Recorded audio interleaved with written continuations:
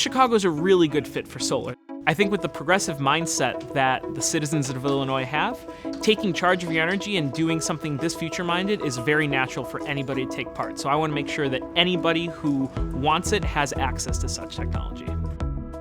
I think everybody is concerned about the utilities, whether that's gas, water, electric. It's something we don't have control over. And to know that I have been able to put a cap on what I'm going to be paying out for electric is a good thing, and to know that this is for the next at least 10, 20 years. When I first got into the business on the East Coast, solar was definitely nowhere to be found, but after 5, 6 years, you began seeing more and more homes with solar, and I definitely see that happening here in Illinois after a few years, and I'm excited to play a role in that.